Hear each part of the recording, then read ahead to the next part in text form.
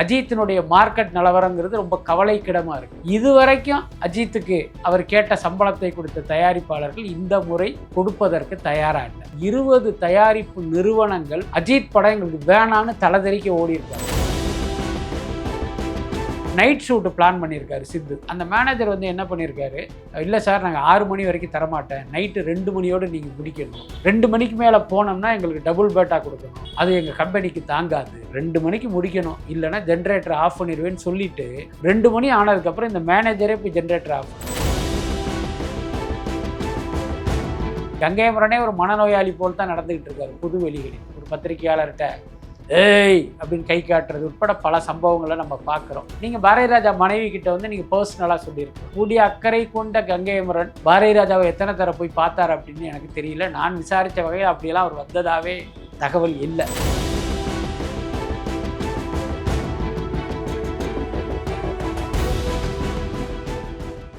இப்போ ரீசெண்டாக நான் பார்த்தப்போ அஜித் சாரோட சம்பளம் வந்து பயங்கரமாக கம்மி பண்ணுறாங்க அப்படிங்கிற மாதிரி வந்து கேள்விப்பட்டேன். இந்த காம்படிட்டர் இல்லாதது ஒரு காரணமா, இல்லை நேச்சுரலாகவே இது நடக்குதா அப்படிங்கிறது? ரொம்ப வெளிப்படையாக சொல்லணும் அப்படின்னா, அஜித் இதுவரை வாங்கிய சம்பளம்ங்கிறது அவருடைய வியாபாரத்துக்கு ஏற்ற சம்பளம் கிடையாது. பொதுவாகவே பார்த்திங்கன்னா இந்த சம்பளத்தில் வந்து 2 வகை உண்டு. ஒன்று உழைப்புக்கேற்ற ஊதியம். இப்போ நம்ம ஊரில் வயலில் ஒருத்தர் ஏர் உழுவார் அப்படின்னா அது அவருடைய உழைப்புக்கான ஊதியம். ஒரு விவசாய கூலி இருக்கார் அப்படின்னா அது அவருடைய உழைப்புக்கான ஊதியம். இங்கே ஒருத்தர் பார்த்திங்கன்னா மூட்டையை சுமந்துக்கிட்டு போகிறார் அப்படின்னா அது அவருடைய உழைப்புக்கேற்ற ஊதியம். ஆனால் சினிமாவில் மட்டும்தான், முக்கியமாக நடிகர் நடிகைகள், இந்த தொழில்நுட்ப கலைஞர்கள், இவர்களுக்கெல்லாம் கொடுக்கப்படுவது அப்படிங்கிறது வியாபாரத்துக்கேற்ற ஊதியம். இப்போ உதாரணத்துக்கு பாருங்கள், இங்கே நடிக்கிற நடிகர்கள், இப்போ விஜயாக கூட இருக்கட்டும், விஜய் காலையில் வந்து ஒரு 10 மணிக்கு போயிட்டு 6 மணி வரைக்கும் அவர் சினிமாவில் நடிக்கிறார்ல, உழைப்பாக பார்த்தீங்க அப்படின்னா இப்போ நம்ம ஊரில் உள்ள ஒரு விவசாய கூலியை விட இவர் கம்மியாக தான் உழைக்கிறாரு. ஆனால் அவருக்கு பார்த்திங்கன்னா ஒரு 500 ரூபா தான் அதிகபட்ச கூலி. ஆனால் இவருக்கு பார்த்திங்கன்னா 220 கோடி சம்பளம். அப்போ என்ன காரணம் அப்படின்னா இவர்களுக்கு கொடுக்கப்படுகிற ஊதியங்கிறது வியாபாரத்துக்கு ஏற்ற சம்பளம். ஸோ அந்த அடிப்படையில் தான் இவர்களுக்கு அள்ளி கொடுக்குறாங்க. ஒரு நடிகருக்கு மார்க்கெட் இறங்கின உடனே பார்த்திங்கன்னா தயாரிப்பாளர் அந்த பக்கமே போகமாட்டாங்க. என்னென்னா இவருக்கு வியாபாரம் இல்லை அப்படிங்கிற முடிவுக்கு வந்துடுவாங்க. அஜித்தை எடுத்துக்கிட்டிங்க அப்படின்னா இதுவரைக்கும் அவருடைய சம்பளத்தை நீங்கள் பார்த்தீங்க அப்படின்னா அவருடைய படத்தின் வெற்றியை வைத்தோ அவருடைய படம் அடைந்த வசூலை வைத்தோ அவர் அந்த சம்பளத்தை வாங்கலை. அவர் என்ன பண்ணுவார் அப்படின்னா தன்னுடைய போட்டியாளரான விஜயை வந்து அப்படி பார்த்துட்டே இருப்பார். இப்போ விஜய் ஒரு படத்தில் நடிப்பார், அது ஒரு Mersal, Sarkar, what ever it is. அந்த படம் பார்த்திங்கன்னா ஒரு மிகப்பெரிய வெற்றி அடையும் போது விஜய் என்ன பண்ணுவார்னா டப்புன்னு ஒரு 25 கோடி ரூபா சம்பளத்தை ஏற்றிடுவார். அதுக்கப்புறம் பார்த்திங்கன்னா ஒரு 50 கோடியெல்லாம் ஏற்றின காலம்லாம் உண்டு. அஜித் என்ன பண்ணுவார் அப்படின்னா அவரை விட ரொம்ப கீழே இருப்பார். அவர் 25 ஏற்றிட்டாரா அப்படின்ட்டு அவரும் என்ன பண்ணுவார், ஒரு 25 ஏற்றுவார். ஆனால் இந்த கேப்பில் அஜித் நடித்து ஒரு படம் கூட ரிலீஸ் ஆகியிருக்காது. என்ன, அஜித் ஒரு படத்தில் கமிட் ஆகி அந்த படத்தினுடைய ஷூட்டிங்கே ஆரம்பிச்சிருக்க மாட்டாங்க. ஆனாலும் பார்த்திங்கன்னா இவரை பார்த்து இவர் ஒரு 25 கோடி ஏற்றிடுவார். இப்படித்தானே அஜித்தினுடைய சம்பளம்ங்கிறது 100 கோடியை தாண்டி வந்தது. இப்போ விஜய் வந்து அரசியலை காரணம் காட்டி சினிமாவிலிருந்து விலகிட்டார். இப்போ நீங்கள் யாரை பார்த்து சம்பளத்தை ஏற்றுவீங்க? நிச்சயமாக முடியாது. அப்போ தன்னுடைய படம் வெற்றி அடைந்தால்தான் அதை காட்டி சம்பளத்தை ஏற்ற முடியும்.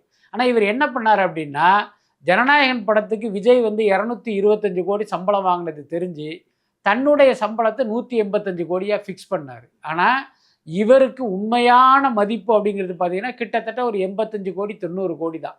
கிட்டத்தட்ட ஒரு மடங்கு அப்படியே வந்து தன்னுடைய சம்பளத்தை வந்து இவர் அதிகப்படுத்தி ஃபிக்ஸ் பண்ணார்.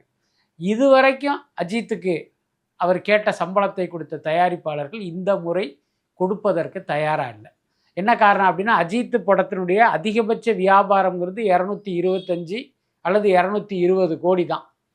அப்போ 185 கோடி கொடுத்து எப்படி படம் எடுக்க முடியும்? அப்படி எடுத்தீங்க அப்படின்னா நிச்சயமாக அந்த தயாரிப்பாளர் தலையில் துண்டு தான். அதனால தான் எனக்கு தெரிஞ்சு கிட்டத்தட்ட ஒரு 20 தயாரிப்பு நிறுவனங்கள் அஜித் படம் எங்களுக்கு வேணான்னு தலைதெறிக்க ஓடி இருக்காங்க. இதில் நிறைய பேருக்கு தெரியாத விஷயம் என்னென்னா, இப்போ அஜித் மாதிரியான ஒரு பெரிய ஹீரோ அப்படின்னா தயாரிப்பாளர் அவரை தேடி வந்து ஐயா எனக்கு டேட் கொடுங்க, நாங்கள் எதை பொழைச்சிட்டு போகிறோன்ட்டு வந்து நிற்பாங்க. அதுதான் நடைமுறை. ஆனால் நீங்கள் நம்பவே மாட்டீங்க, இந்த 20 தயாரிப்பாளர்களில் கிட்டத்தட்ட 15 தயாரிப்பாளர்களை அஜித்தே தேடி போயிருக்காரு. அஜித்னா அஜித் போகல, அஜித் சார்பாக அவருடைய மேனேஜர் சுரேஷ் சந்திரா ஒவ்வொரு பட கம்பெனியும் கதவை தட்டுறாரு. சாரை வச்சு படம் பண்ணுங்க, கதை ரெடியாக இருக்குது, டைரக்டர் ரெடியாக இருக்கார், இவ்வளோ ரூபா சம்பளம் கொடுங்கன்னு கேட்குறாங்க. அவங்க பேப்பரில் ஒர்க் அவுட் பண்ணியவே சாரி சார் லாஸ் ஆகும் வேணாம் அப்படின்றாங்க. கடந்த வாரத்திலே 2 கம்பெனியில் அதே மாதிரி நடந்திருக்கு. ஒன்று பார்த்தீங்கன்னா ஹொம்பாலே ஃபிலிம்ஸு, அவங்க போட்டு பார்த்துட்டு 90 கோடிக்கு மேலே ஒரு பைசா கூட கொடுக்க மாட்டோன்ட்டாங்க. இவர் பார்த்தீங்கன்னா 150 கோடி 150 கோடின்னு உட்காந்துருக்காரு. வாரங்கள்ங்கிற ஆந்திராவிலேருந்து ஒரு ரியல் எஸ்டேட்டு ஓனர் வர்றாரு, அவர்கிட்டையும் இதே மாதிரி 150 கோடி கேட்குறாங்க. அவர் 110 கோடிக்கு மேலே தர முடியாதுன்ட்டு அவரும் போயிட்டார். அதனால் ரொம்ப வெளிப்படையாக சொல்லணும் அப்படின்னா தமிழ் சினிமாவில் அஜித்தினுடைய மார்க்கெட் நிலவரங்கிறது ரொம்ப கவலைக்கிடமாக இருக்குது. அதுதான் உண்மை. கண்டிப்பா சார். இப்போ இந்த மாதிரி மார்க்கெட் ஸ்ட்ராட்டஜி பேசிட்டு இருக்கப்ப இன்னொருத்தவர் திடீர்னு 350 கோடி லாபம் அப்படி சொல்லிட்டு கருப்பு படத்தோட இது ரிலீஸ் பண்றாங்க. புது கார் வாங்கி ஆர்ஜே பாலாஜியோட போற மூமெண்ட் இருந்தது இல்லை சார். ஸோ இந்த இவ்வளவு பெரிய சக்சஸ் அப்படிங்கிறது உண்மையா இல்லையா, இது நடந்துருச்சா? அதாவது பார்த்தீங்கன்னா அவங்க உலக அளவில் 340 கோடின்னு போடுறாங்க. எப்பயுமே ஒரு உண்மையை புரிஞ்சுக்கங்க, தமிழ்நாடு அளவில் இத்தனை கோடி அப்படின்னு அவங்க அதிகாரப்பூர்வமாக அறிவிப்பதில் ஓரளவுக்கு உண்மை இருக்கும். ஒரு 90% உண்மை இருக்கும். இப்போ உதாரணத்துக்கு ஒரு 100 கோடின்னு போடுறாங்க அப்படின்னா ஒரு 90 கோடிங்கிற அளவுக்காக அதை ரீச் பண்ணியிருக்கும். ஆனால் உலக அளவில்னு ஒரு நம்பர் போடுறாங்கல்ல, அதை நம்ம வந்து நம்ப வேண்டியதில்லை. அப்படி இல்லைன்னா அதில் 50% தான் உண்மையாக இருக்கும். அதுதான் உண்மை. அது கருப்பு படமும் விதிவிலக்கு இல்லை. என்ன காரணம் அப்படின்னா தமிழ்நாடு அளவில் நீங்கள் ஒரு நம்பர் போடும்போது உங்களுடைய அதிகாரப்பூர்வ ட்விட்டர் பக்கத்துலேயோ இன்ஸ்டாவிலையோ நீங்கள் போடும்போது ஐடி டிபார்ட்மெண்ட்டும் ஜிஎஸ்டி டிபார்ட்மெண்ட்டும் என்ன பண்ணுவாங்க, அதை எடுத்து ஃபைல் பண்ணி வச்சுருவாங்க. இப்போ நீங்கள் ஃபைல் பண்ணும்போது உங்களுடைய அக்கௌண்ட்ஸை ஃபைல் பண்ணும்போது இதையும் அதையும் கம்பேர் பண்ணி பார்ப்பாங்க. அங்கே வந்து டேலி ஆகலை அப்படின்னா கூப்பிட்டு உட்கார வச்சு, என்னப்பா நீ தானே போட்ட, ஆனால் நீ கணக்கு காட்டுறது இதுக்கு சம்மந்தமே இல்லையேன்னு போட்டு டார்ச்சர் பண்ணிடுவாங்க. அந்த மாதிரி பல தயாரிப்பாளர்களுக்கு நடந்திருக்கு. அதிலும் குறிப்பாக ஒரு தயாரிப்பாளருக்கே அது நடந்து அவர் வந்து ஊரெல்லாம் பரப்பி விட்டார். எப்பா தப்பாக நம்பரை போட்டுறாதீங்க, உள்ளே கூப்பிட்டு சுழுக்கெடுக்கிறாங்கங்கிற மாதிரி சொல்லி மற்றவங்களாம் உஷாராயிட்டாங்க. ஆனால் உலக அளவில் இவ்வளவு இத்தனை கோடின்னு போடும்போது நீங்கள் ஈஸியாக தப்பிச்சுக்கலாம். நீ வந்து இந்தியாவுக்கு உள்ள கணக்கு மட்டும் கேளியா, உலக அளவில் பற்றி உனக்கு என்ன கவலை, அது எங்கேயோ கலெக்ட் ஆச்சுன்னு நீங்கள் தப்பிச்சுட்டு போயிடலாம். அதனால இந்த மாதிரி அடித்து விடுவாங்க. கருப்போவை பொறுத்த வரைக்கும் இந்த வருடத்தில் வந்து ஒரு மிகப்பெரிய வெற்றி படம், ஒரு பிளாக் பஸ்டர் வெற்றி தான், அதுலெல்லாம் நோ டவுட்டு. ஆனால் தரம் அடிப்படையில் பார்த்தீங்கன்னா அது ஒரு குப்பை படம், அதில் எந்த மாற்றமும் இல்லை. இன்றும் திரையுலகில் பார்த்தீங்கன்னா பல பேர் வந்து வியந்து பேசுகிறது என்னன்னா, கருப்பு எப்படி ஓடிச்சுன்னே தெரியலைங்க அப்படிங்கிறது தான் பல பேருடைய வியப்பாகவும் ஆற்றாமையாகவும் இருக்குது. அதாவது சினிமாவுக்குன்னு ஒரு இலக்கணம் இருக்கும், கமர்ஷியல் ஹீரோ படத்துக்குன்னு ஒரு இலக்கணம், அது எதுவுமே இதில் பொருந்தாத ஒரு படம். இன்னும் சொல்லப்போனால் அந்த கருப்பு படத்தின் ஹீரோ சூர்யாவே கிடையாது. அதுதான் ரொம்ப உண்மை. நீங்கள் வேணால் அந்த படத்தை இப்போ ஓடிடிலாம் வந்துருச்சு போய் போட்டு பாருங்கள். அதில் ஆர்ஜே பாலாஜிக்கு எத்தனை சீனு, சூர்யாவுக்கு எத்தனை சீனுன்னு பார்த்தாலே தெரியும். என்னுடைய ஹீரோ வந்து ஆர்ஜே பாலாஜி தான். அதனால் இது எதுக்குள்ளேயுமே அடங்காத ஒரு படம் அது. அந்த படம் ஓடுனது அப்படிங்கிறது மக்கள் வந்து வறண்டு போயிருக்காங்க அப்படிங்கிறதுக்கான ஒரு வெளிப்பாடாகவும் ஒரு உதாரணமாக கூட நம்ம எடுத்துக்கலாம். கண்டிப்பாக சார். அண்ட் வந்து இந்த கார் கிஃப்ட் பண்ணுறதுன்னு ஒன்று இருக்குல்ல சார், அது ரீசெண்ட் டேஸில் நிறையா இருக்கா சார், இல்லை பாரம்பரியமாகவே இதை இப்படி பண்ணிக்கிட்டே இருக்காங்களா? இல்லை அதை ஆரம்பித்து வச்சது அஜித்து தான். ரொம்ப உண்மையை சொல்லப்போனால் அந்த பெருந்தன்மை அஜித்துக்கு மட்டும்தான் இருந்தது. என்ன காரணம் அப்படின்னா, பொதுவாகவே ஒரு படம் வெற்றி அடையும் போது இந்த ஹீரோக்கள்லாம் என்ன பண்ணுவாங்க அப்படின்னா, அந்த டைரக்டரை கூப்பிட்டு வந்து ஒரு சரக்கு பார்ட்டி வச்சு போதையோடு அனுப்பி விட்டுட்டு இவங்க வேறு வேலையை பார்க்க ஆரம்பிச்சிருவாங்க. அடுத்த படத்தில் இவங்க சம்பளத்தை ஏற்றிக்குவாங்க. இன்னும் சொல்லப்போனால் அந்த இயக்குனருக்கு அடுத்த பட வாய்ப்பு கொடுக்குறதே கூட சில நேரங்களில் நடக்கும், பல நேரங்களில் நடக்காது. ஆனால் அஜித் என்ன பண்ணார் அப்படின்னா, எனக்கு தெரிஞ்சு ஃபஸ்ட்டு வாலி படம் பார்த்திங்கன்னா நினைத்து பார்க்க முடியாத ஒரு வெற்றி படம் அஜித்துக்கு. அந்த தயாரிப்பாளருக்கும் ஒரு பெரிய வெற்றி. அப்போ அஜித் என்ன பண்ணுறாரு அப்படின்னா, அப்போ தான் ஹுண்டாயில் வந்து சாண்ட்ரோன்னு ஒரு காரு மாடலை வந்து அறிமுகப்படுத்துகிறாங்க. இப்போ நம்மெல்லாம் பார்த்திங்கன்னா அந்த ஒரு மாருதி 800 பார்த்த கண்களுக்கு அந்த சாண்ட்ரோ காரே ஒரு வியப்பாக இருக்கும். தொடர்பான ஒரு சம்பவம் கூட இருக்குது. நானும் விவேக்கும் ஒருத்தரை அப்படி போயிட்டுருக்கோம். அப்போ அவர் என்னுடைய க்ளோஸ் ஃப்ரெண்டு. அவருக்கு ஷூட்டிங் இல்லைன்னா நேராக என் ரூமுக்கு வந்து என்னை பிக்கப் பண்ணிக்குவார். நாங்கள் 2 பேரும் அப்படி போயிட்டே இருப்போம் பல விஷயங்களை பேசிக்கிட்டு. அப்போ தான் சாண்ட்ரோ காரை அறிமுகப்படுத்துகிறாங்க. எங்கள் காரை கிராஸ் பண்ணி சாண்ட்ரோ ஒன்று போகுது. அப்போ விவேக் சொல்கிறார், பிஸ்மி இந்த சாண்ட்ரோ பார்த்தீங்கன்னா அந்த கலர் ஆட்டோ மாதிரியே இல்லை அப்படின்னாரு. அந்த கமெண்ட் எனக்கு இன்னும் ஞாபகத்தில் இருக்குது. ஸோ எதுக்கு சொல்ல வரேன்னா, அப்போ வந்து சாண்ட்ரோ கார் அப்படிங்கிறது பார்த்திங்கன்னா ஒரு பெருசாக பேசப்பட்ட ஒரு நேரம். அப்போ வந்து எஸ்ஜே சூர்யாவுக்கு அந்த காரை அவர் வாங்கி கொடுத்தாரு. அதுக்கப்புறம் பார்த்திங்கன்னா சரண் அவர் வந்து இவரை வச்சு ஒரு ஹிட்டு கொடுத்தாரு. ஐ மீன் காதல் மன்னன், அமர்கலம் மாதிரி ஏதோ ஒரு படம். அந்த படம் வரும்போது பார்த்திங்கன்னா அதே சாண்ட்ரோ காரை அவருக்கு அவர் பரிசு கொடுத்தாரு. ஸோ இந்த மாதிரி காரை பரிசு கொடுக்கறத ஆரம்பித்து வச்சது அஜித்து தான். ஆனால் அதுக்கப்புறம் வேறு யாரும் செஞ்சதா தெரில. அதுக்கப்புறம் அந்த கார் வாங்கி கொடுக்குறத இவங்க எப்படி யூஸ் பண்ணாங்க அப்படின்னா, அது வந்து ஒரு சீப்பான பப்ளிசிட்டிக்கு யூஸ் பண்ணாங்க. அதாவது பார்த்திங்கன்னா அந்த ஓடாத படம், செல்ஃப் எடுக்காமல் திணறிக்கிட்டு இருக்கிற படத்துக்கு பார்த்தீங்கன்னா இவங்க உடனே இந்த டைரக்டருக்கு கார் வாங்கி கொடுத்து இந்த படம் ஒரு சூப்பர் ஹிட்டுங்கிற ஒரு கலரை ஏற்படுத்துவாங்க. அதுக்கு உதாரணம் தானா சேர்ந்த கூட்டம். சூர்யா நடித்த படம், விக்னேஷ் சிவன் டைரக்டர், படம் ஓடலை. ஆனால் இவர் பார்த்தீங்கன்னா படம் ஒரு சூப்பர் ஹிட்டு அப்படின்னு விக்னேஷ் சிவனுக்கு கார் வாங்கி கொடுக்குறாங்க. இது வந்து மக்களை ஏமாத்துகிற ஒரு விஷயமாக இருந்து, ஆனால் இன்னைக்கு பார்த்தீங்கன்னா கருப்பு படம் வந்து உண்மையிலேயே ஒரு வெற்றி படம்ங்கிற அடிப்படையில் அவர் கார் வாங்கி கொடுத்துருக்காரு. கண்டிப்பா சார். அதுக்கப்புறம் வந்து இந்த டயங்கரம் படத்து மேல ஏகப்பட்ட கான்ட்ரவர்சி இப்போ போயிட்டு இருக்கு. அந்த ஷூட்டிங் சம்பந்தமா ஒரு பிரச்சனை நடந்தா நீங்க தான் ரிவீல் பண்ணீங்க அத. அதுக்கப்புறம் இப்போ வந்து அத ஷூட்டிங்கே நிப்பாட்டிட்டாங்க அப்படிங்கிற ஏகப்பட்ட டாக் வந்து போகுது. இதுல எது உண்மை பொய் அப்படிங்கிறது தெரியல. ஸோ அதாவது உண்மையான விஷயம் என்ன அப்படின்னா, அந்த விஜய் சித்து மீது ஐசரி கணேஷ்க்கு வந்து ஒரு பெரிய அபிமானம். அந்த பையன் ரொம்ப திறமையாளர்.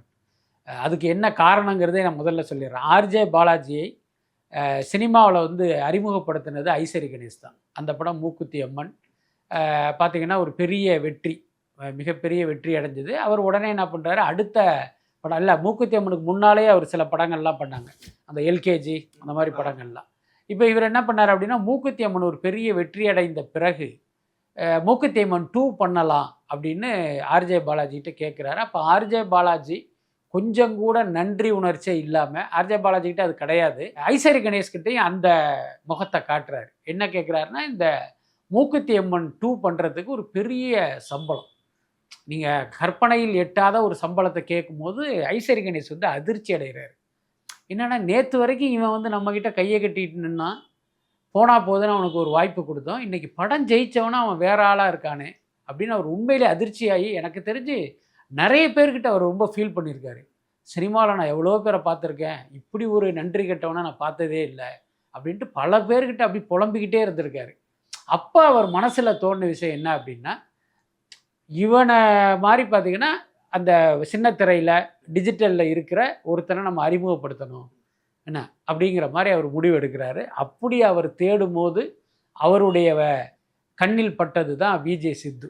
இப்போ இவர் என்னன்னா, ஆர்ஜே பாலாஜிலாம் ஒரு ஆளே கிடையாது, இவன் தாண்டா உண்மையான திறமையாளன் அப்படின்னு முடிவு பண்ணி அவர்கிட்ட வந்து அவர் கதை கேட்குறாரு. அவர் சொன்ன கதையை கேட்டு இவர் மிரண்டுறாரு. அதுதான் டயங்கரம். இப்போ என்ன பண்ணுறாரு, அதுக்கு ஒரு பெரிய இது பண்ணி படத்தையெல்லாம் ஆரம்பிச்சாச்சு. இதுக்கு இடையில நடந்தது என்னென்னா, ஐசரி கணேஷ் வந்து நிறைய வெளிநாடுகளுக்கெல்லாம் போவார்ல, அங்கே போகும்போது அந்த நண்பர்கள்லாம் அவர்கிட்ட பேசும்போது, அவர் மூக்குத்தி அம்மன் 2 படம் எடுக்கிறாரு, கரை படம் தயாரிக்கிறாரு, மாரி செல்வராஜ் தனுஷ் படம் தயாரிக்கிறாரு, வடசென்னை 2 தயாரிக்க போகிறாரு. ஆனால் அந்த வெளிநாட்டு நண்பர்கள் எந்த படத்தையும் விசாரிக்க மாட்டாங்களாம். சார் இந்த டயங்கரம் எப்போ ரிலீஸு அப்படின்னு கேட்பாங்களாம். ஸோ அந்த அளவுக்கு பார்த்தீங்கன்னா அந்த படத்துக்கு ஒரு பெரிய ரெஸ்பான்ஸ் இருக்கிறதும் அவருக்கு தெரியும். ஸ்மூத்தாக போயிட்டு இருந்தது. ஒரு கட்டத்தில் என்னாச்சு அப்படின்னா, அவருடைய கம்பெனியில் ஒரு நிர்வாக சிக்கல். ஏற்கனவே அங்கே பொறுப்பில் இருந்தவர்கள்லாம் வெளியேற்றப்பட்டு இப்போ அருண் பாண்டியனுடைய மகள் கீர்த்தி பாண்டியன், அப்புறம் ஐசரி கணேஷுடைய மகள் குஷ்மிதான் பேர், இவங்க எல்லாமே நிர்வாக பொறுப்புகளை வந்துடுறாங்க. அவங்களுக்குள்ளே ஒரு இன்னர் பாலிடிக்ஸ். இப்போ அருண் பாண்டிய பொண்ணு ஒன்று சொன்னால் ஐசரி கணேஷ் பொண்ணு வந்து அதை வேணாங்கிறது, இவங்க ஒன்று சொன்னோம்னா அவங்க வேணாங்கிறதுங்கிற மாதிரி அந்த நிறுவனத்துக்குள்ளே ஒரு பெரிய குழப்பம் போயிட்டுருக்கு. இதனுடைய வெளிப்பாடு என்னன்னா, இவர்கள் தயாரிக்கிற பட ஷூட்டிங்லாம் பிரதிபலிக்குது. இப்போ சமீபத்தில் நம்ம கூட ஒரு சம்பவம் சொன்னால், ஒரு நைட் ஷூட்டு பிளான் பண்ணியிருக்காரு சித்து. அதாவது நைட்டுன்னா ஈவினிங் 6 ஆரம்பித்து அதிகாலை 6 மணி வரைக்கும் ஷெட்யூல் போட்டார். அதான் கால் ஷீட்டு.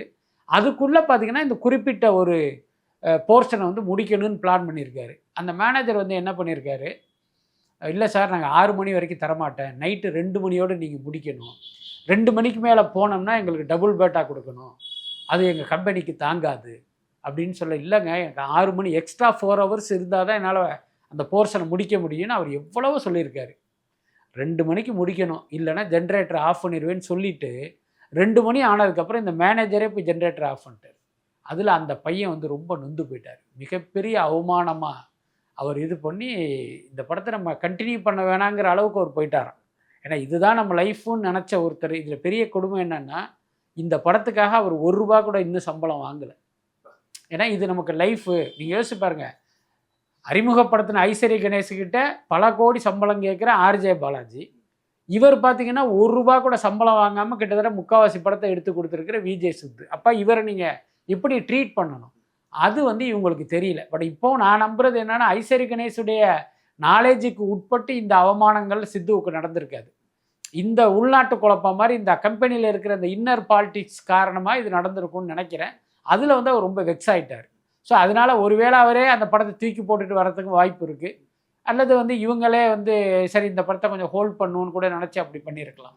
கண்டிப்பா சார். ஆனா இது இன்னும் முழுமையா நிப்பாட்டல அப்படிங்கிறது தான் அஃபிஷியலான ஒரு ஸ்டேட்மெண்ட்டா இருக்கு. ஆமாம், அன்னைக்கு நடந்தது பார்த்தீங்கன்னா இப்படி ஒரு சம்பவம் நடந்தது, அவ்வளவுதான்.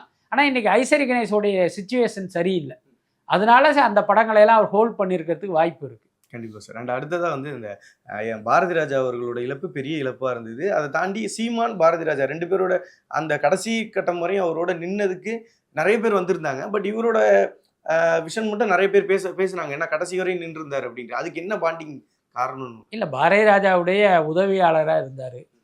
அதுக்கப்புறம் அந்த பசும்பொன்னு ஒரு படம்னு நினைக்கிறேன், அதுக்கு இவர் தான் டைலாக்கே ஏதோ எழுதினார், டைலாக்கை கதையே ஏதோ எழுதினார். அந்த காலத்துல எல்லாம் பார்த்தீங்கன்னா பாரதி ராஜா கூட எல்லாம் ட்ராவல் பண்ணார். ரொம்ப வெளிப்படையாக சொல்லணும்னா அதற்கு பிறகு தான் சீமான்னா யாருங்கிறதே இண்டஸ்ட்ரிக்கு தெரியும். ஏன்னா அதுக்கு இன்னும் தெரியும், சினிமாவில் எத்தனையோ உதவி இயக்குனர்கள் இருக்காங்க. அப்படி ஒருவராகத்தான் இவர் இருந்தார், உதவி இயக்குனர் சைமன். அந்த சைமனை வந்து நிறைய பேருக்கு தெரியாது.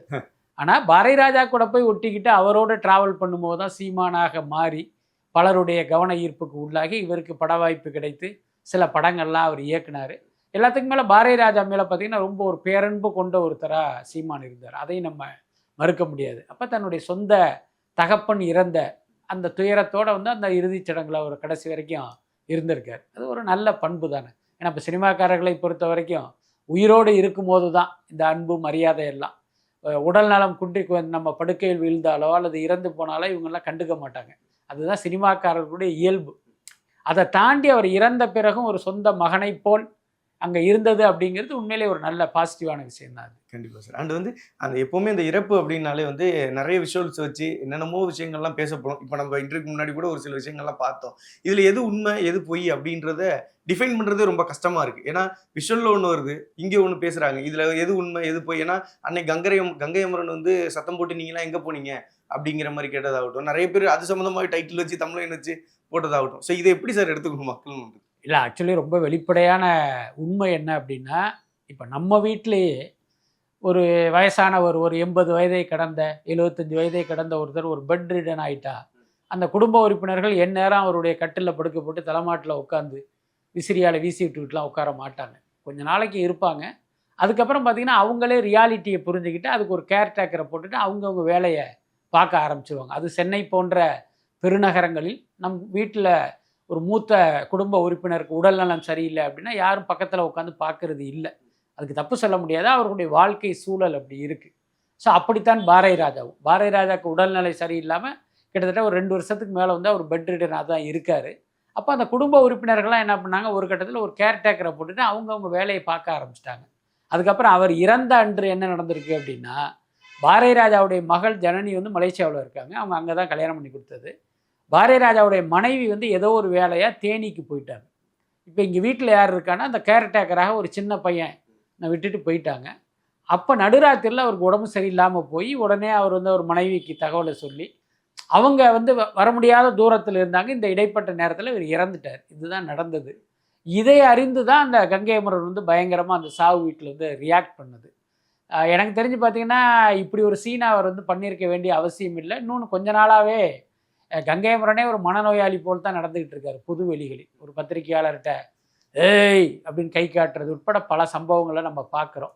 அதுக்கடுத்து ஒரு சாவு வீட்டில் இது உங்களுக்கு தவறென்று தெரிந்திருந்தால் என்னென்னா, இப்போ இந்த மாதிரி இருக்கிற ஒருத்தரை விட்டுட்டு ஏன் நீங்கள் போனீங்க அப்படிங்கிறது உங்களுடைய ஆற்றாமையாக கோபமாக இருந்திருந்தால் நீங்கள் பாரதி ராஜா மனைவி கிட்ட வந்து நீங்கள் பர்சனலாக சொல்லியிருக்கலாம்.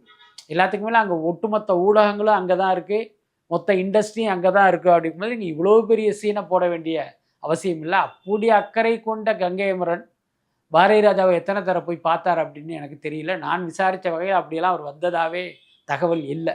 அப்படி இருக்கும்போது இது பார்த்திங்கன்னா ஒரு ஊடக கவன ஈர்ப்புக்காக பண்ணதாக தான் நான் நினைக்கிறேன். அதுக்கப்புறம் பொதுவாகவே ஒரு இறப்பு, திருமணம் போன்ற விஷயங்கள் நடக்கும்போது அங்கே வந்து ஒரு குடும்ப ரீதியாக சில சண்டை சச்சரவுகள்ங்கிறது நடக்கிறது இயல்பு தான்.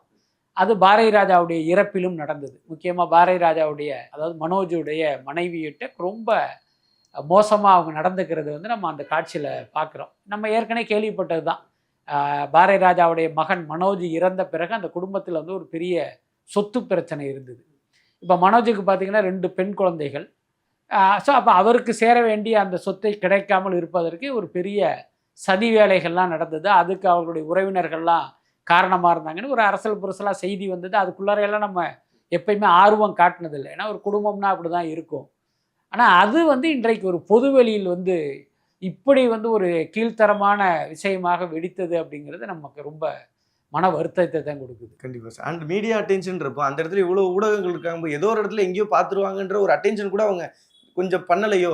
கொஞ்சம் ரொம்ப பர்சனலாவே அத பண்ணாங்களோன்றது தான். இல்லை, அதுதான் அந்த ஆத்திரத்தில் வந்து ஆத்திரம் வந்து கண்ணை மறைக்கும்னு சொல்லுவாங்கல்ல, அதுதான் இந்த இடத்துல நடந்த ஒன்று. இப்போ நீங்கள் யோசிச்சு பார்த்தீங்கன்னா எல்லா ஊடகங்களும் இங்கே தான் இருக்காங்க.